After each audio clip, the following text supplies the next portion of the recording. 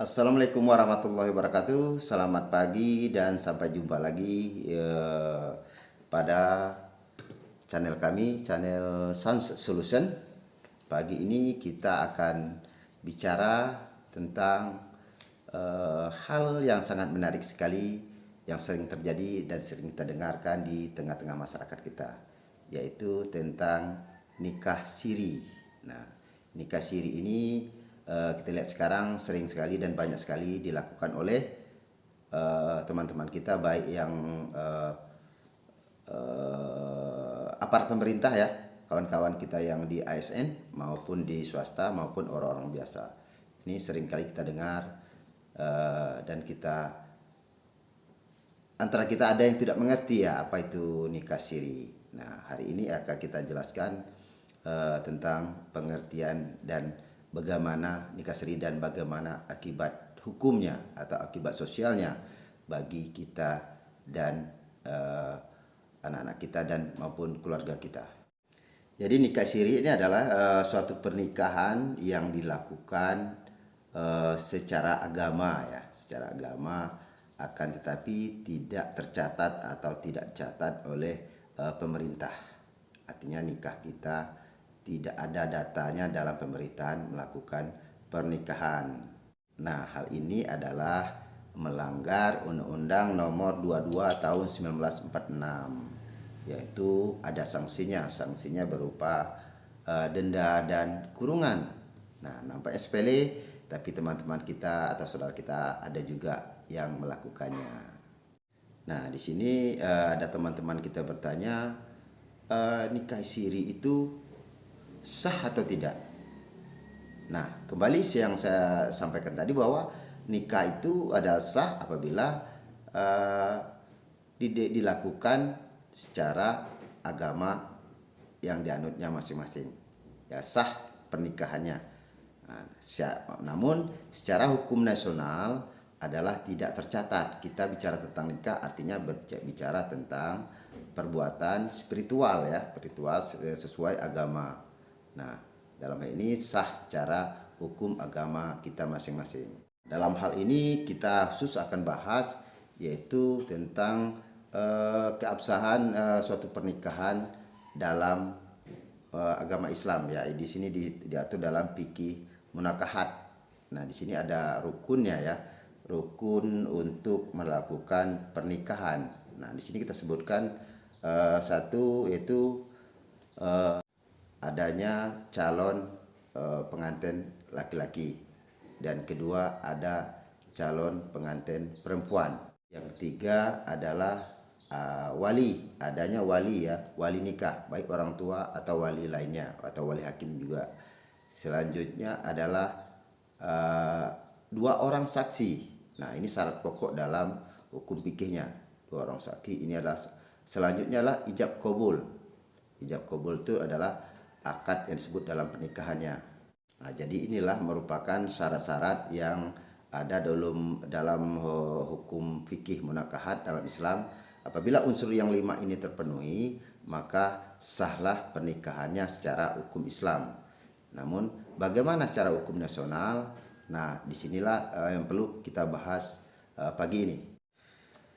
Jadi sebelum kita bahas secara hukumnya, kita bahas dulu tentang nikah siri ini. Nikah siri ini di tengah masyarakat kita sering kita dengar itu memiliki alasan tersendiri.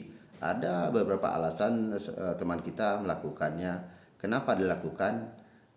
Ada juga berpendapat akan melakukan nikah siri ini menunggu sesuatu yang tepat ya, agar tidak ada perzinahan, maka dilakukan karena seseorang umpamanya akan melakukan pernikahan tapi terhalang sesuatu, umpama seseorang itu masih sekolah umpamanya, tapi kedekatan atau berniat untuk melakukan nikah, maka dilakukanlah pernikahan untuk menghindari terjadinya perzinahan. Ini alasan yang ada di tengah-tengah masyarakat kita.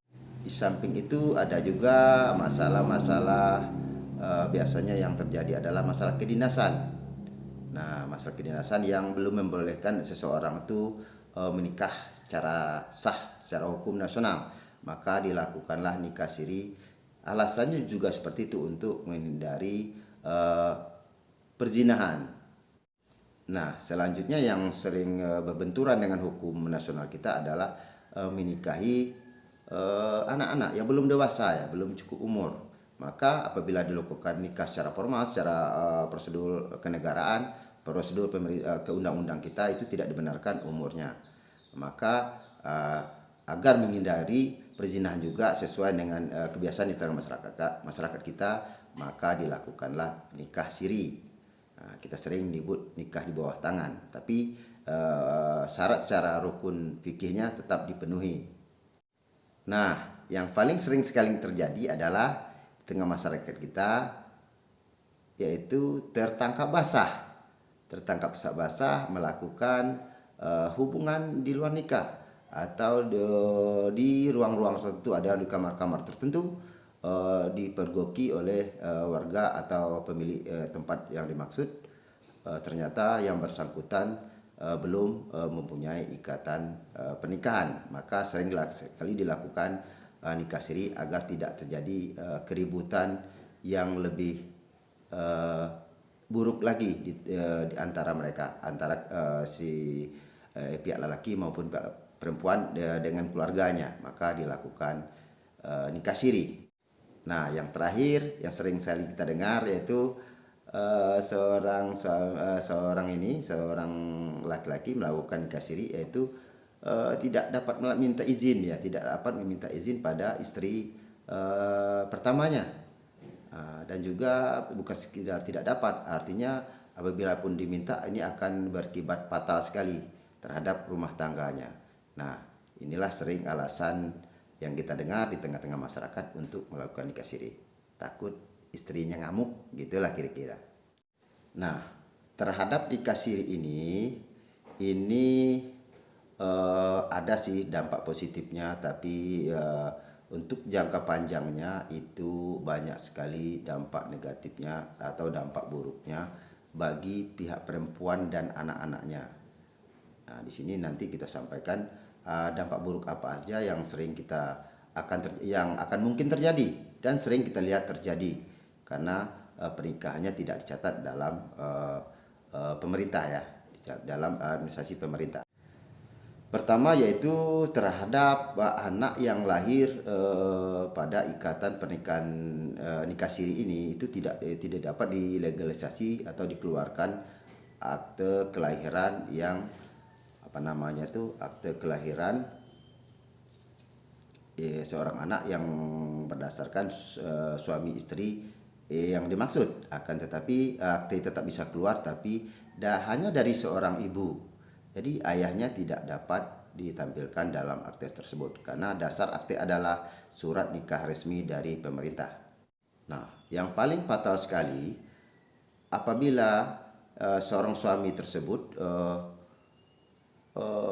melakukan perceraian dengan istri sirinya, maka istrinya tidak dapat menggugat apapun, ya kan, menggugat apapun terhadap harta mereka atau bersama mereka karena tidak punya dasar untuk melakukan gugatan atau meminta haknya, karena kembali yang tadi tidak ada dasar hukumnya, dasar ikatan pernikahannya.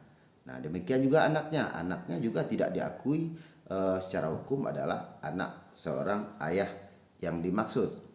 Yang kedua adalah apabila seorang suami itu meninggal dunia, maka ini yang sangat kita kasihan sekali kepada anak kita nanti.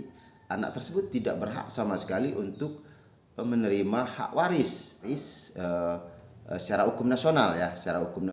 Jadi inilah yang sangat kita perlu perhatikan, jangan sampai nanti anak-anak kita padahal secara biologis, secara Islam ini adalah murni anak kita, tapi secara hukum mereka tidak dapat hak apa-apa apabila kita meninggal dunia.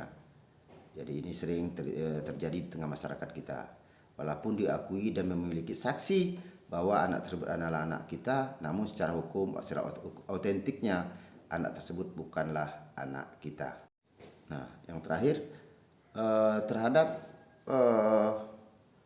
Apabila seorang ayahnya seorang PNS atau ASN ya, anak dan istri tersebut tidak berhak mendapat tunjangan. Nah, kan kasihan sekali padahal itu adalah istri dan anak kita secara hukum agama. Namun mereka tidak dapat hak sekali. Karena hak ini menyangkut status hukum pernikahan. Jadi tunjangan dan sebagainya, BPJS Kesehatan, ini itu hak-hak dalam seorang ASN ya. Ini tidak didapat mereka. Disinilah yang sangat merugikan sekali bagi anak-anak dan istri kita. Nah, tadi kita paparkan tentang dampak-dampak negatifnya. Nah, sekarang kita lihat ada sedikit dampak positifnya. Nikah siri ini adalah dapat mengurangi beban dan tanggung jawab ya seorang wanita yang menjadi tulang punggung keluarga hingga terasa ringan gitu.